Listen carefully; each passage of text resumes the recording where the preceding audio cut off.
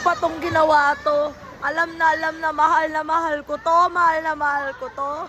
Si Ate Bambe. Ang cute mo naman kung sino talaga ang nasa isip mo. Wala naman tayong ganon. Kasi, diba? Si KK, si KK. At saka alam mo naman kung sino na naman. Kung sino talaga ang nasa isip mo. Sinasabi mo naman talaga na gusto ko talaga tong lugar na to. At alam ko naman yung ginagawa nyo. Harrison. Diba? Si Joanna Marcatanyag. Si Joanna Marcatanyag.